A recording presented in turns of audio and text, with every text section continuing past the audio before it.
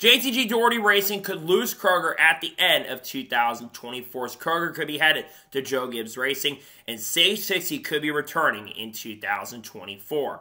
What's going on, guys? It's Daniel, and welcome back to our video. We got some NASCAR and other motorsports stories discussed here today on the channel. Let's go ahead and just show them those really quickly. First, going to take a look at a ton of paint skins that you're going to see this weekend at Dover. Let's go ahead and just jump straight into it. The first paint scheme we're taking a look at is Austin Hill's 2024 Nothing Fancy scheme that we're going to see this weekend at Dover. It looks alright in my opinion. Like the colors. I think it's going to look better on the track in front of the picture we've seen. It's alright. We're looking forward to seeing on the racetrack this weekend at Dover. The next paint scheme we're taking a look at is Corey Heim's 2024 SCP Richard Petty 75th Anniversary scheme that we'll see this weekend at Dover. This is a beautiful paint scheme, in my opinion. The colors look incredible. The blue, the red, everything matches the iconic colors. This is probably paint scheme of the weekend, in my opinion. It looks absolutely amazing. The next paint scheme we're taking a look at is Daniel Suarez's 2024 jockey scheme that we're going to see this weekend at Dover. Always been a big fan of the jockey schemes. This one's no exception. I think did an amazing job on it, and I'm looking forward to seeing on the racetrack this weekend at Dover. The next paint scheme we're taking a look at is Corey Heim's 2024 Synergy Modular scheme that we're going to see this weekend at Dover and 4 other races throughout 2024. The scheme's alright in my opinion, but really happy to see that Synergy Modular is going to be sponsoring Corey Heim in 2024. The next paint scheme we're taking a look at is AJ Allmendinger's 2024 Leaf Filter scheme that we're going to see in the Xfinity Series race at Dover. I love this scheme a lot. Very similar to the Leaf Filter colors. I've always been a big fan of the Leaf Filter colors. This one's no exception. It looks really solid, and looking forward to seeing on the racetrack this weekend at Dover. And the final paint scheme we're taking a look at is Patrick Emerling's 2024 Goon Tune scheme that we're going to see this weekend, or Goon Tape scheme that we're going to see this weekend at Dover. Really interesting sponsorship name. Glad to see her sponsoring Patrick Emerling this weekend. It's a pretty interesting sponsorship name for Patrick Emerling. And now we're going to go ahead and jump on to the next story of today's episode as we're talking about the Sonoma Xfinity Series race. As they have their title sponsor officially revealed, it's going to be called the Zip Buy Now, Pay Later 250. Very interesting name considering last year DoorDash was the main sponsor for the event. Now they've got a new sponsor coming in for the Xfinity Series race at Sonoma. I wish it was a little more simple, but it seems like the Xfinity Series can never be really that simple. Nonetheless, very interesting name for sure. Glad to see that they're going to be sponsoring the Xfinity Series race at Sonoma. And now we're going ahead and jump on to the next story of today's episode as we're talking about the Dover purse money. So every time we have a NASCAR Cup, Xfinity Series, and Truck Series race, Bob Pockets puts out the purse money. And according to Bob, for the Cup race, is $7,992,801. And for the Xfinity Series race, it's $1,420,381. Some pretty good purse money for the weekend, obviously, with the charter agreement being in. All the charter teams get a lot more of that Cup Series money. Nonetheless, it's some pretty solid purse money. I think if you're a fan of the team, you got to be happy with some of the purse money that they're receiving. I think it's some solid and good purse money overall, to be perfectly honest with you. And now we're going ahead and jump on to the next story of today's episode as we're talking about some throwback paint schemes that have been revealed for Darlington. We've got 4 to look at. The first paint scheme of those we're taking a look at is Tyler Ankern's 2024 Russ Wheeler throwback that we'll see at Darlington. This looks really good in my opinion. It's probably going to look a lot better than the render we've seen. I think it looks great though. I think that McAnally Hilligan's done a good job on this, and I'm looking forward to seeing on the racetrack this next weekend or a couple weeks down the road at Darlington. The next throwback paint scheme we're taking a look at is Corey Heim's 2024 Cale Yarborough throwback scheme that we'll see at Darlington. It's a throwback, I think, to his 1974 paint scheme. This looks great in my opinion. I think did an amazing job on it. It's nearly identical. It's nearly perfect. I think that Tricon did an amazing job on this.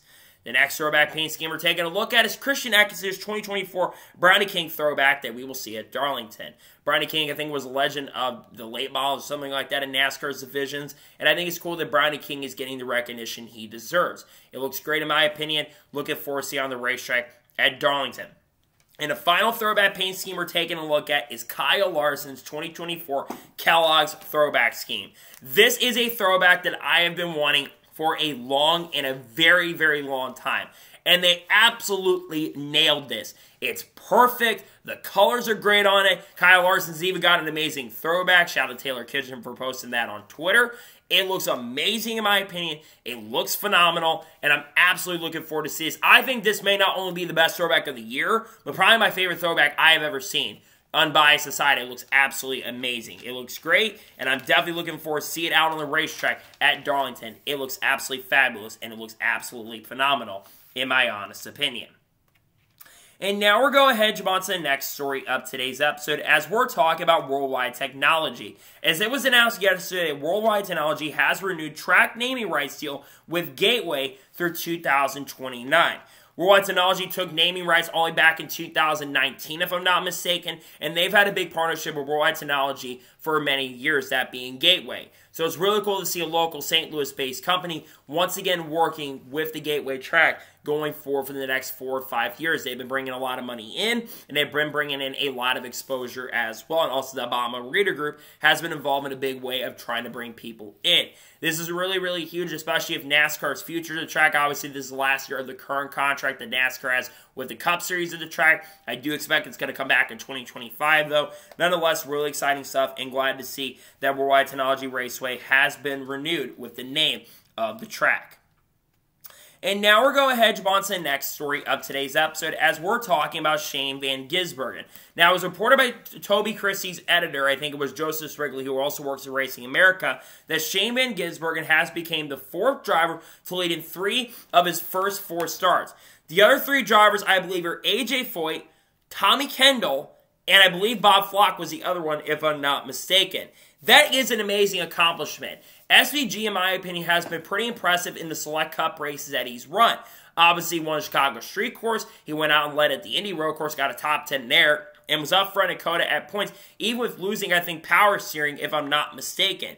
Seeing SVG complete these accomplishments is phenomenal and incredible. Congratulations to him on becoming only the 4th driver in Cup Series history to lead in 3 of his first 4 starts. And now we're going ahead and jump on to the next story of today's episode as we're talking about Losi. As it was finally revealed yesterday that Losi now has a NASCAR RC car. I work in the RC business. This is going to be a 12 car, basically a 12 scale car. Basically, it's going to be a 1400 milliampage battery from Spectrum. I think it's a 2 or 2S if I'm not mistaken. And basically, this is really, really huge, not only for the RC scene, but for the NASCAR scene as well. Because I've been wanting them to make a NASCAR-based car for a very long time in the RC business. It's $179, so that's actually, for RC, it's actually just a pretty reasonable price, and I think it looks absolutely phenomenal what they're doing. I think they're going to have Kyle Busch skin, a Chase Elliott, Kyle Larson, Michael McDowell, Mark Truex Jr., and I can't remember the other driver that they got in there, but I think it's really exciting, and I'm very excited to see Losi is going to be working with NASCAR in this partnership. It's really exciting and phenomenal stuff overall, to be perfectly honest with you. And now we're going ahead and jump on to the next story of today's episode as we're talking about JJ Yeley. As it was announced yesterday that JJ Yeley is going to drive the 35 for Joey Gase Motorsports this weekend at Dover. Really excited to see JJ Yeley get another opportunity with an organization, even though JJ struggled at the beginning of his Cup Series career. I think ever since he's been kind of running for these teams, he's always brought the best out of these organizations and these teams. So I'm excited to get the chance and opportunity. Realistically, he's got to make the show because the 35 team is a little bit low in the owner's points right now. And there's one car that is going to be going home, unfortunately, this weekend for the weekend at Dover. I'm excited to see him get a chance and opportunity, though, and hopefully JJ Yeley can help the organization grow. He's been very solid with the organizations he's ran for in the past. Looking forward to see Joey Gase have a chance to work with the team at Dover this weekend. And now we're going ahead and jump on to the next story of today's episode as we're talking about Carson Quaffle. As it was announced on Wednesday afternoon that Carson Quaffle will drive the 82 for Pinnacle Racing Group for 2 races. He'll race at Dover later today, and I can't remember the other race that was scheduled for him. Carson Quaffle also tomorrow will make his 2nd Xfinity Series start of his career with Junior Motorsports. I rate Carson Quaffle very, very highly. He's been really strong in the late model scene. I think he's got a couple late model championships. And in his Xfinity Series debut, he finished in 4th place with Junior Motorsports. And I think realistically, he could have a really strong chance and opportunity to go out there and win with that team this weekend at Junior Motorsports because they're showing a lot more pace and speed, especially as of recently. I'm very excited for Carson, and I hope he can do a really good job later today and also in the other stars. I truly believe he's talented enough to run up front on a consistent basis. I'm excited to see what he can do this weekend at Dover. And now we're going ahead and jump on to the next story of today's episode as we're talking about Luca Goretti. As it was announced yesterday that Luca Goretti will be driving to 51 for JTG Coin Racing this weekend, a Barber making his IndyCar debut. Luca Goretti has not raced for the last year or so, but he had a lot of success in Formula 2. I think he won some Formula 2 races while not winning a championship there. He was basically in the F1 paddock for many, many years. And we've been seeing a lot of drivers that are coming over from Formula 1 that are coming into the IndyCar scene. Drivers, of course, like Theo Pacher, who still could be his reserve driver, I think, for Sauber, which we'll talk about here in just a little bit. This is a great opportunity for him, and I really hope he can make the best of it. I think Luca does have some talent, and obviously JTG Coin Racing, they're bringing in drivers with funding and sponsorship. We'll see how he ends up doing, and we'll see how he ends up performing with JTG Coin Racing this weekend at Barber Motorsports Park. And now we're going ahead and jump on to the next story of today's episode as we're talking about the Snowball Derby. As it was announced yesterday that the Snowball Derby is going to be broadcasted on Flow Racing starting in 2024. On top of that as well, for winning the Snowball Derby in 2024, you will win $50,000, which is one of the largest prize pools for a late model event. This is absolutely huge. For the longest time, the Snowball Derby has been on Speed 51 and Racing America, but now it's moving over to Flow Racing. As much as I loved it being on Racing America, I think moving it over to Flow Racing makes a ton of sense because Flow Racing is one of the fastest growing streaming platforms currently in the U.S., and a lot of the biggest events that are part of the racing scene outside of NASCAR are going to Flow Racing currently at the moment. So to see that the Snowball Derby is getting the recognition it deserves and they are going over to Flow Racing next year, and this year I should say, is absolutely huge. So congratulations Snowball Derby on earning this. I think this is really amazing. I think this is phenomenal, and I think it's absolutely exciting to see that the Snowball Derby will in fact be going over there to Flow Racing starting in 2024. And now we're going ahead and jump on to the next story of today's episode as we're talking about Kaden Honeycut.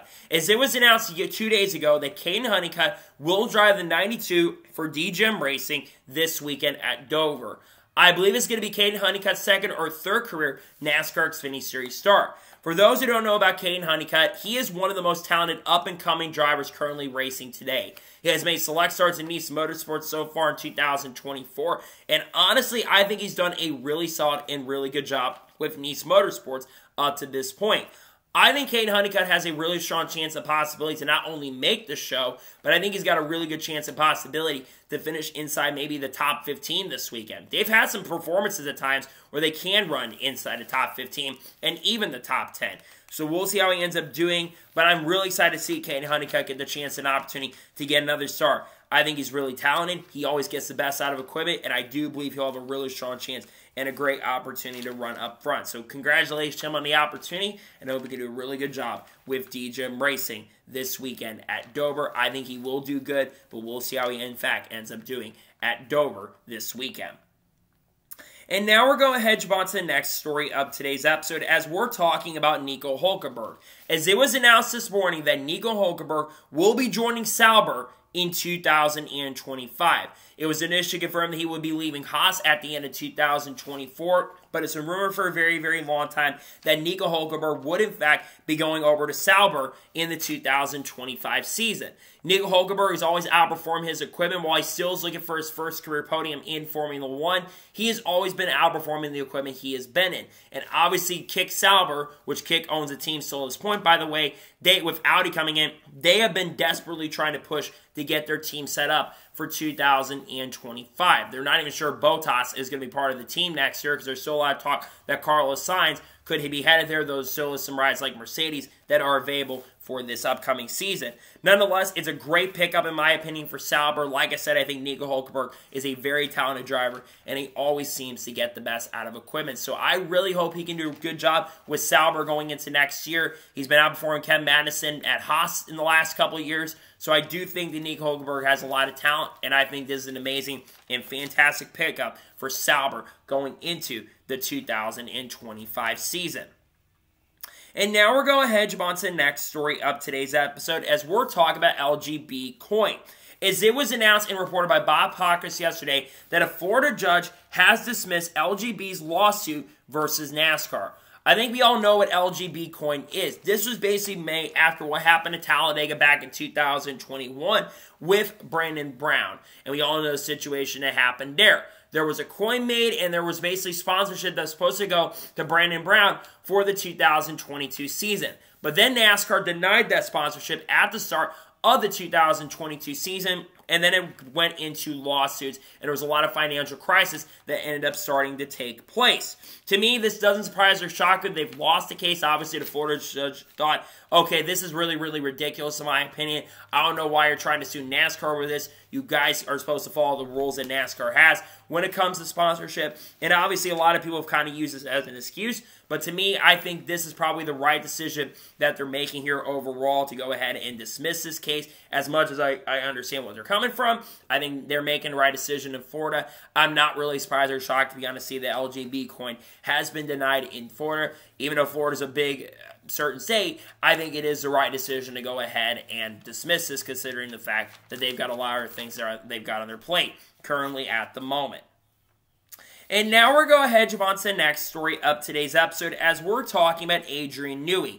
As it's been reported over the course of the last 24 to 48 hours that Adrian Newey could be leaving Red Bull at the end of 2024. Now, according to a motorsports.com article that came out very recently, I think earlier today, as a matter of fact, they basically could try to go ahead and block it out for them to make this move with Red Bull, because Adrian Newey has been with Red Bull really since the beginning of their tenure back in 2005 and 2006. But there's been a massive power struggle going on, especially with the Christian Horner allegations that came out earlier this year. There has been a massive and huge power struggle that has been going on over there. And Adrian Newey has reportedly been wanting out for a very, very long time. Obviously, Red Bull feels like he shouldn't be wanting out considering the success they've had. But the big question is, if Adrian Newey does in fact leave Red Bull, where does he go? There's three teams that I think he goes to. He either goes to Ferrari, he either goes to Mercedes, or Aston Martin. I think Aston Martin would be a very interesting move. I know that Aston is desperately trying to recruit Adrian Newey over there to try, especially try to help out his son Lance Stroll. Though let's be real and honest, I don't think Lance Stroll is going to get better if Adrian Newey gets there. No offense. Though I will say when it comes to Adrian Newey going over there, I think it would be huge regardless of what organization he goes to.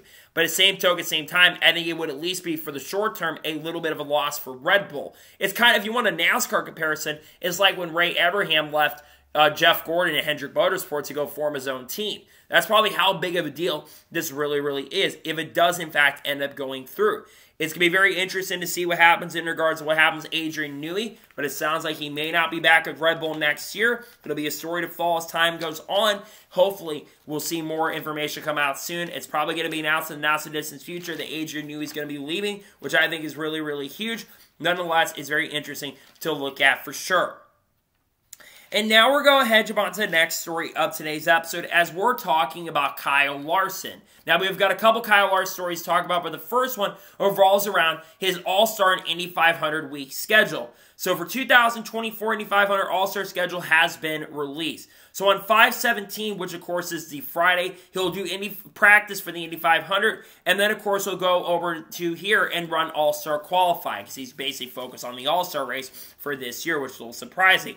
Then on the 18th, he will have Indy 500 qualifying on a Saturday morning if he's early enough, and then he'll try to get over there for the qualifying in the heat races. And then finally on the 19th, if he's in the Fast 6 or 9, if I'm not mistaken, I've heard that Tony Kanaan could be the replacement for him. And then, of course, if he's in the Fast 6 or 9, they might change it since he might go for the Indy 500. And if he does end up not going into the top 9, he'll run the All-Star race. However, there is a chance and possibility, and it's been noted by Bob Pockers, that if they absolutely necessarily need to keep him in Indianapolis, they could have a replacement driver ready to go for Kyle Larson. If you want my early prediction, I think that goes to Roger Carruth or maybe Justin Allgaier. And here's why I mentioned Roger Carruth. HendrickCars.com is a sponsor for Roger Carruth in the Truck Series right now. And Jeff Gordon is very high on Roger Carruth, and we've seen Jeff Gordon hanging around Roger Carruth, especially during the Truck Series races. So if Kyle Larson does in fact have to miss the All-Star race, which let's be real and honest, if I'm Kyle Larson, I'm missing the All-Star race simply because of the fact of qualifying for the Indy 500. I think the Indy 500 should absolutely take more precedent than qualifying for an All-Star race, especially since Larson's won 2 of these All-Star races, 3 of the last 5 or 6 All-Star races. Why not just go ahead and skip the All-Star race this year? That's my opinion, though. I think Larson should skip the All-Star race to focus on trying to qualify for the Indy 500. At least the schedule has been revealed and released, and I'm glad to see that they've at least kind of addressed what could end up happening for him going in 2024 for the All-Star race weekend in the Indy 500 weekend as well. And now we're going to head on to the next story of today's episode as we're talking about Watkins Glen. Now, if you were on Twitter yesterday, you saw a photo, I think it was from Chad Frankenfeld on Twitter, that posted some new curbing that has been made at Watkins Glen. And a lot of drivers were up in arms about it. I was at first a little up in arms about the curbing as well, because I know they made some changes to the bus stop, but basically the reason they did this, and we'll get into that in a second, but I was wondering why they decided to make this move. Well, then Kyle Larson comes into play, and he actually shows his data from going through the bus stop last year. And if I'm reading this correctly, he averaged almost 12 Gs going through that bus stop. And he at one point maxed up to 18 Gs. For the record, we have heard from drivers that if you go over you basically when you have a big wreck, it can go up to 60 or 70 Gs. So if you're going over 12, 13 Gs every time you go over the bus stop, especially 80 times, it is going to add up. It is no wonder why basically they removed these bus stops. And NASCAR has confirmed this as well. That's from the mouthguard pieces that they've given drivers like Kyle Larson. They can confirm it. They can back up this data. I think it's absolutely crazy. Now, obviously, the next-gen car is a lot more stiffer than the current previous cars, like the Gen 6 car and the car of tomorrow, of course. It's a lot more stiffer than even the Xfinity Series and the Truck Series as cars as well. I think it's very interesting to see this for sure, that Kyle Larson has data to back this up. And even some people like, I saw Chris Gabehart even agree with the decision that they've gone and made here. To me, it's disappointing they had to make this move, but obviously for the safety of the drivers, especially with the next-gen car, I don't think it's a bad decision. As much as some will disagree with me, you can disagree with me all you want, that's fine. But to me, I think especially when you look at this data, I think they're making the right decision to call. Obviously, the next-gen car is playing a role in that for sure, but to me, when I look at this data that's been coming out, yeah, there's got to be some work done with the next-gen car for sure, but at the same token and same time, I understand why NASCAR has made the decision here to do this, and they might put some rumble strips up from what we've heard, but we'll have to wait and see if they do, in fact, decide to go ahead and put up some rumble strips in that set area. And now we're going ahead to the next story of today's episode as we're talking about Erik Jones. Now, Erik Jones put out a thank you message yesterday thanking everyone for the support they've shown for him. Obviously, it was announced a couple days ago on Tuesday that Erik Jones would not be driving this weekend at Dover as he has suffered a contraction fracture in the lower vertebrae of his back after suffering a very scary crash at Talladega where he hit the outside wall really, really hard. Obviously, everyone is wishing Erik Jones the best of luck and a very speedy recovery. The most important thing for Erik Jones, in my opinion, is to take as much time as he needs to recover from these injuries. Back injuries can become very, very serious really, really quickly. And NASCAR has even gone and said that they're planning to study back injuries going forward, especially with trying to make improved safety of this car. And I've seen a lot of people going out and blaming the next-gen car for this. I know the car is stiffer, but I really am not going to blame the next-gen car for these problems. Look what happened with the Gen 6 car. Denny Hamlin had a back injury. Eric Almirola had a back injury. Other drivers in the Truck Series especially, like Gray Van Alst, had back injuries. This is something, unfortunately, when you hit the outside wall as hard as Erik Jones did, it might, unfortunately, mess your back up, sadly. So I really hope that Erik Jones, and Alex Bowman too, when he crashed in a sprint car accident, he had a back injury as well. So I'm really hoping the best for Erik Jones. I hope for a speedy recovery, and hopefully he can be back at the racetrack soon. But at the same token, same time, take as much time as you need to make sure you're healthy enough to get back to the racetracks. That's the most important thing, is the health and safety of these drivers. Because I don't want to see a driver rush their way back and then, unfortunately, screw their career up a lot more if they do rush their way back into the sport. And now we're going to hedge on to the next story of today's episode as we're talking about Matt DiBenedetto. Now, I think I talked about this story early in the week. But there was an article that came out from TobyChristie.com, an interview that Toby Christie had with Matt DiBenedetto after finishing inside the top 10 at Talladega. And according to Matt DiBenedetto, he would love to run full-time with Viking Motorsports in 2025 if the opportunity arose. I think this would be a really huge opportunity for Matt DiBenedetto if he got the drive for Viking Motorsports in 2025. Viking Motorsports only made 4 starts so far this year. Obviously, it's the reincarnated number 38 car that RSS Racing has, so they're kind of under the RSS Racing banner. But Matt DiBenedetto so far in the 4 starts we've ran, he has finished 3 times inside the top 20, once inside the top 10, and has finished no worse than 21st in the 4 races he's ran. I've said this for a long time about Matt DiBenedetto. I think Matt DiBenedetto is an extremely talented driver and very underrated. I know Matt DiBenedetto's made a lot of mistakes out of the racetrack. But again, I don't think it should take away from how much talent he has. And I know funding's been a big issue for him over the years, and I know he's kind of had issues when it comes to PR, among other things. But I would love to see Matt DiBenedetto get a chance and opportunity to drive for this team full-time next year. If not, there's other organizations that could be available for him. When I look at Matt DiBenedetto, I think he's extremely talented. I think he always gets the best out of equipment. And I think it'd be really good for him if he did, in fact, get the chance and opportunity to run full-time with this team in the 2025 season. Will it happen? We'll just have to wait and see. But I'm glad to see that Matt DiBenedetto has found a home for his career. And I really hope and pray that Matt DiBenedetto does, in fact, get the chance and opportunity going into the 2025 season to run full-time. They've got a lot more race scheduled for him this year. We'll see how Matt DiBenedetto ends up doing, but I do agree. I really hope that Matt DiBenedetto does get a chance and opportunity to run full-time with Viking Motorsports in the 2025 NASCAR Xfinity Series season.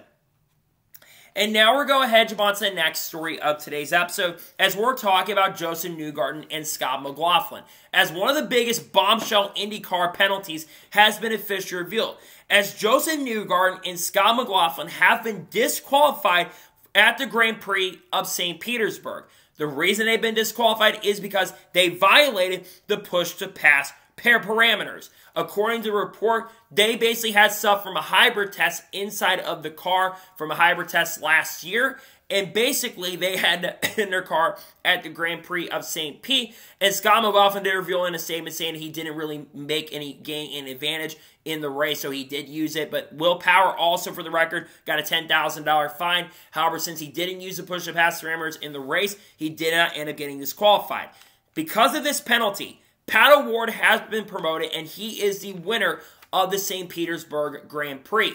This is the first time that a driver has been disqualified for failing inspection way after, since I believe Al Unser Jr. in 1995.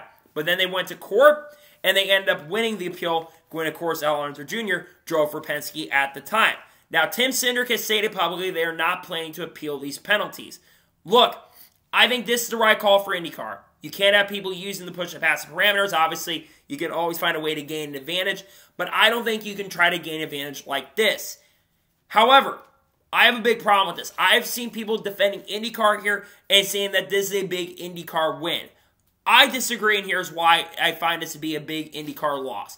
I understand they discovered this at the Long Beach warm-up for the race on Sunday. I understand they discovered this. Let me ask you this. When did the race happen? 44 days ago on March 10th.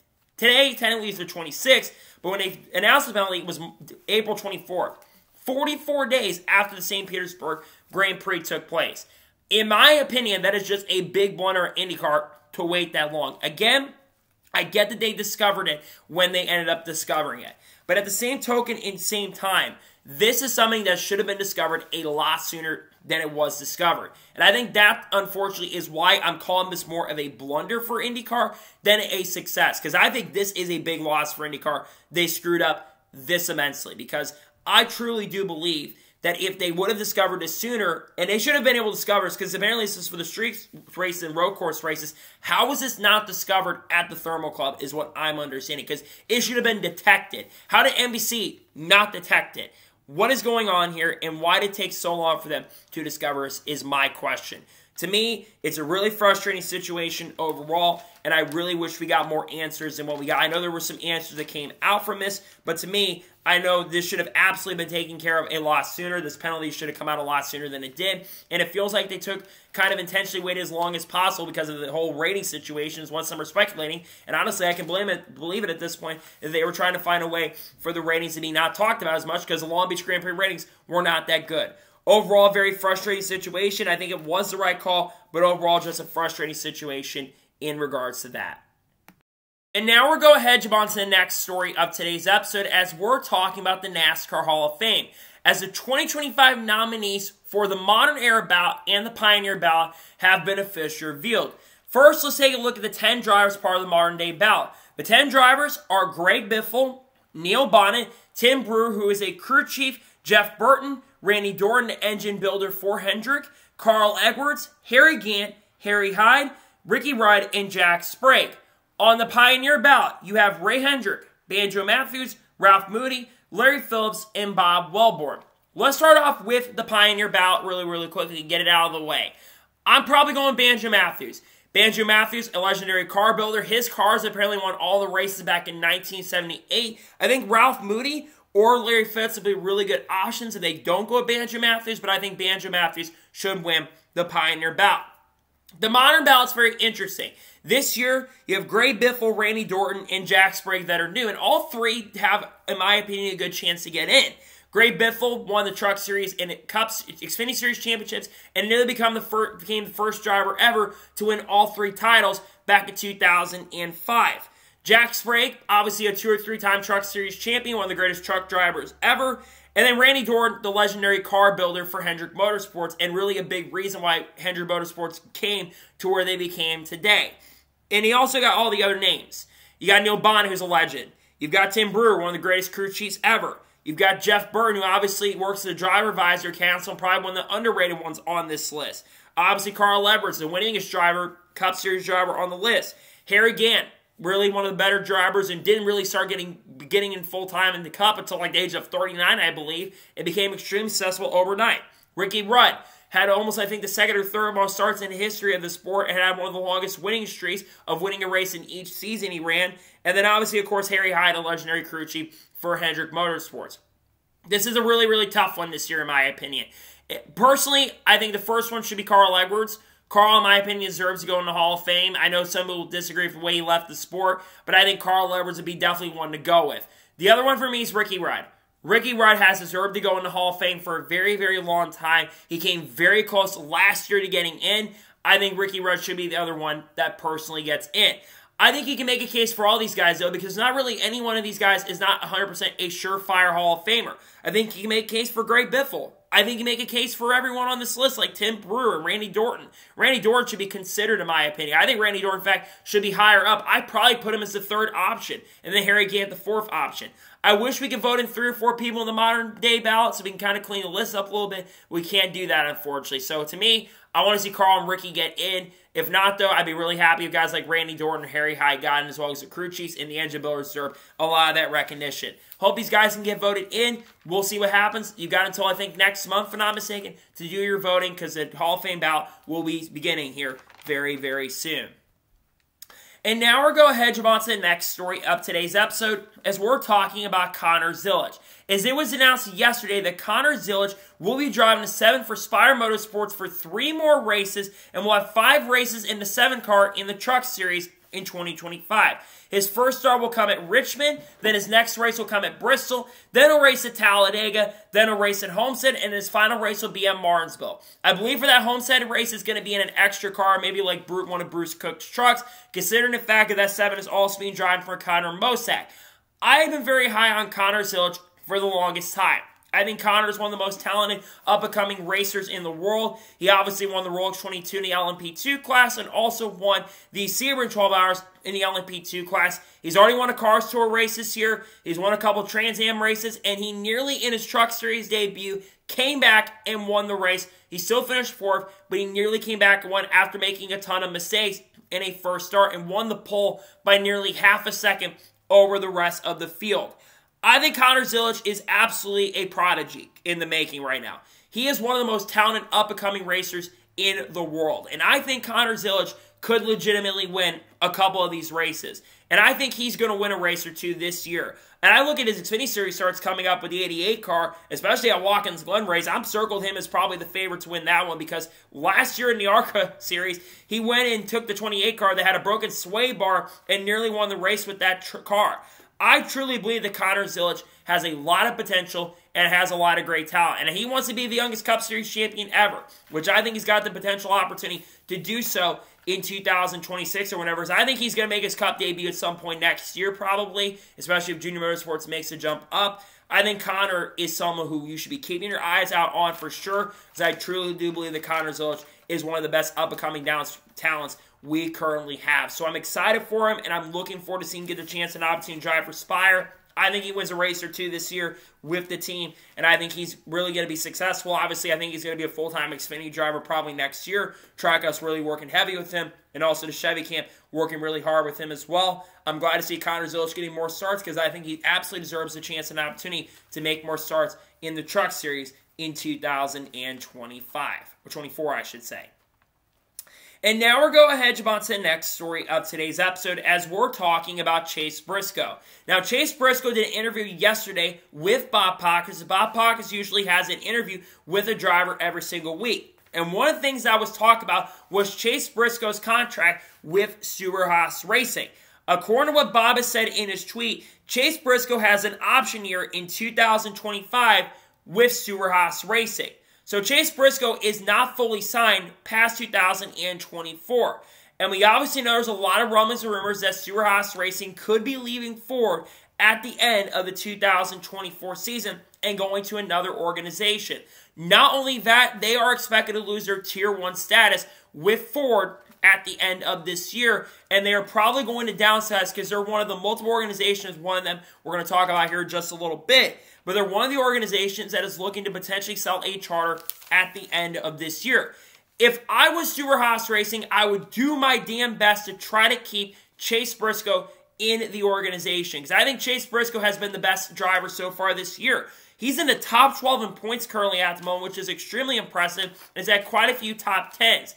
But Chase Briscoe, if I'm not mistaken, is heavily under contract still with Ford. That is a very important thing because if SHR does, in fact, lose their Tier 1 support with Ford, I think Chase Briscoe more than likely will not be back with Stewart-Haas Racing. As much as I think Chase Briscoe has a lot of talent and a ton of potential, I truly do believe that they're going to get rid of him at the end of this year if they do downsize. But if I was SHR, it would be smart to bring him back, because I truly do believe that Chase Briscoe deserves to be with this team going into next year. It is a very, very tough situation right now because you've got to decide whether you're going to keep Briscoe or not. But there are some options out there.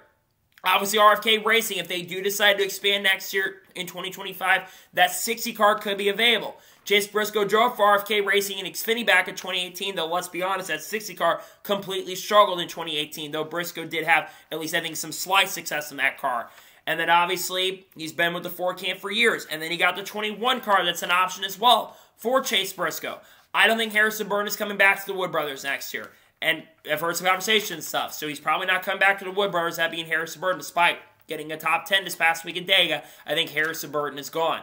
And I think that's where Chase Briscoe goes if he's let go from SHR. It would be smart to keep Briscoe in the team, but Chase Briscoe's not getting any younger. I know he's still relatively young, being 30 at this point, but man, I just don't know what happens with Chase Briscoe after this year if Stewart-Haas Racing does, in fact, decide to leave Ford, because he's been under contract with Ford a lot longer than SHR. I get that his dream is to drive for them, but he's also got some sponsorship from High Point as well. I think Mahindra could stay with SHR, but obviously I think that if SHR downsizes, they're going to keep Noah Gragson, and they're probably going to keep Josh Berry, and I think Ryan Preece and Chase Briscoe are likely gone.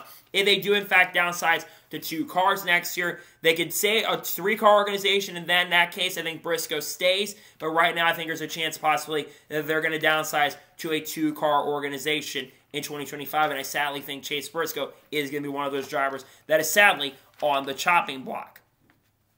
And now we're going ahead and jump on to the first of 2 major stories of today's episode as we're talking about RFK Racing. Now, I talked about this on the channel earlier this week, but Stephen Levin Harris Jr., I believe it was, on Twitter, asked a question about whether or not Sage 60 was going to be making a return in 2024.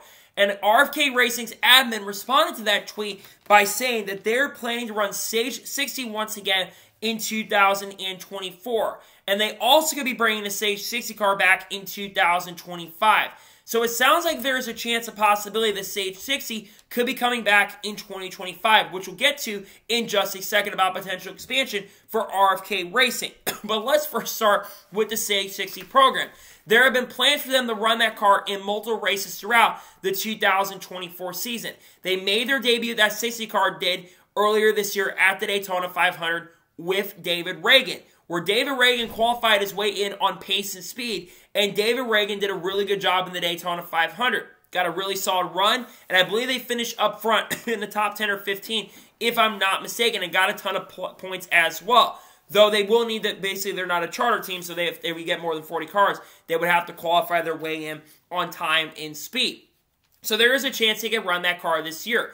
Now, who could they get to get behind the wheel of their car? Well, they could go get someone from the Ford camp. They could go get Riley Herbst. Riley Herbst is sponsorship and funding. He's made some select cup starts in the past at Farmer Motorsports and also Rick Ware. I can see Riley Herbst being an option. What about Cole Custer? Cole Custer is one of the reserve drivers for RFK Racing, and with the rumors and unknown future rumors of SHR, maybe Cole Custer goes here and runs a few select races to get prepared for next year, especially if RFK decides to expand a third full-time car. What about Matt DiBenedetto? Matt DiBenedetto is in the Ford camp now. You've got him over at Viking Motorsports, and I think he'd do a really good job with RFK. What about Hailie Deegan? I know it sounds crazy, but Hailie Deegan brings sponsorship funding to the table, so maybe they can go and get her. She's seizing some of the Monster Energy currently at the moment, even though they've had a partnership for a long time. What if they go get Hailie Deegan? That could be a possibility. What about Frankie Muniz, under contract with Ford? And you think about some of the other drivers outside of NASCAR. Cam Waters. Cam Waters was rumored at one point to be driving the Sage 60 car this year. So maybe they go get Cam Waters for 2024, make him run a few races. That could be a possibility. But then you also look going into next year. It is no secret that RFK Racing wants to expand, and they've talked about it multiple times. They were spotted in the IMSA paddock at Sebring about a month and a half ago, and it sounds like their first major goal is to expand to a third full-time car in 2025. They could get a charter for another organization.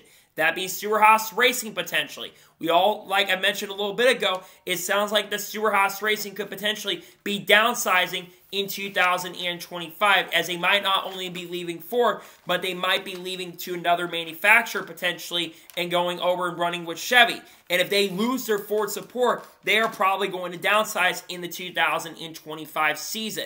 So it sounds like there is some big movement going to be happening there. And then I think RFK could pick up that charter and go after a driver like Chase Briscoe. Or if they wanted to, they can go get Harrison Burton. Or bring Riley Herbst up. Or Cole Custer up. Because I don't see him going and getting a driver like Ben Rose. I mean, Ty Majeski could be another one to go after. But I really don't know if that is going to happen at this particular moment in point. It's going to be very interesting to see what happens in regards to this silly season and where certain drivers go and what teams end up making moves. But it sounds like RFK Racing could be running a third car once again in 2025 full-time. And it sounds like they're bringing the Sage 60 car back for this upcoming season, which is very interesting. I think it'd be a very popular move if they were expanding to 3 full-time cars.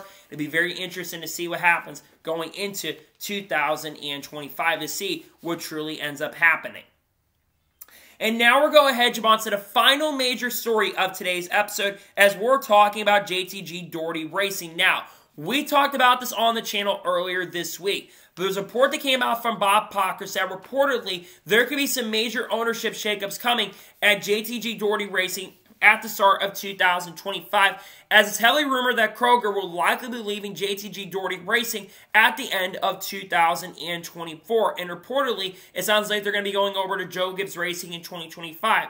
And if we do see Kroger leave JTG Daugherty, it does sound like that Kroger could, if Kroger does in fact go over to JGR, it does sound like the Tad and Jody Geshecker could be headed over to Joe Gibbs Racing in 2025. What does this mean for the future of JTG Daugherty Racing? Well, I think there's a really good chance, a possibility, that this could be sadly the end for JTG Daugherty. Because if they lose their Kroger sponsorship and funding, I think they are going to end up selling a charter at the end of this year. Or there could be a partnership that ends up taking place and changes the name quite a bit. Because JTG Daugherty Racing's been around for a very, very long time. They've had a lot of success. They've worked with other teams. They've had a partnership with Toyota for a long time, back from 2009 to 2013. Then they switched over in 2014 over to Chevrolet.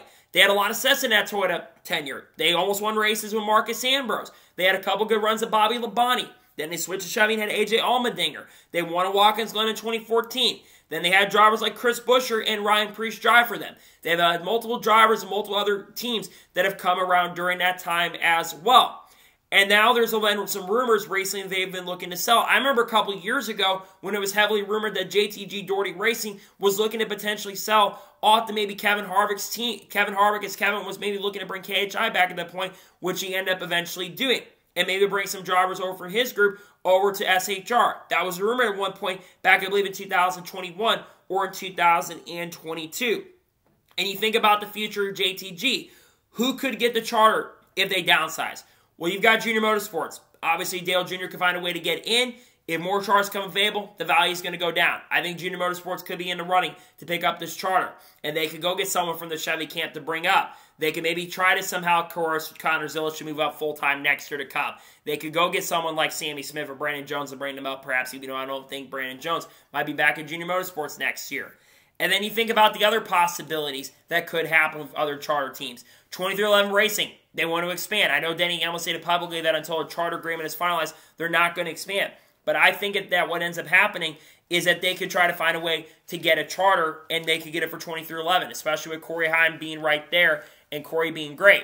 And they could get someone else like a Kurt Busch to come in, or maybe they get Carl Edwards out of retirement perhaps, or they go get Chandler Smith perhaps if the 19 doesn't become available. You got Sheldon Creed, Eric Almirola, who also could be picked up as well. And then you think about, maybe, like I said, RFK could come and get this charter and use it for a driver like Haley Deegan, perhaps, or Riley Herbst. And you think about other teams like Trackhouse. Trackhouse Racing, I think, is the most likely to pick up a charter from maybe Stewart-Haas Racing, but they could also get one from Kaulig, because I think Kaulig is probably going to downsize. So I look at them because they've got two other drivers who are trying to get in. SVG is one of them, Zane Smith's the other.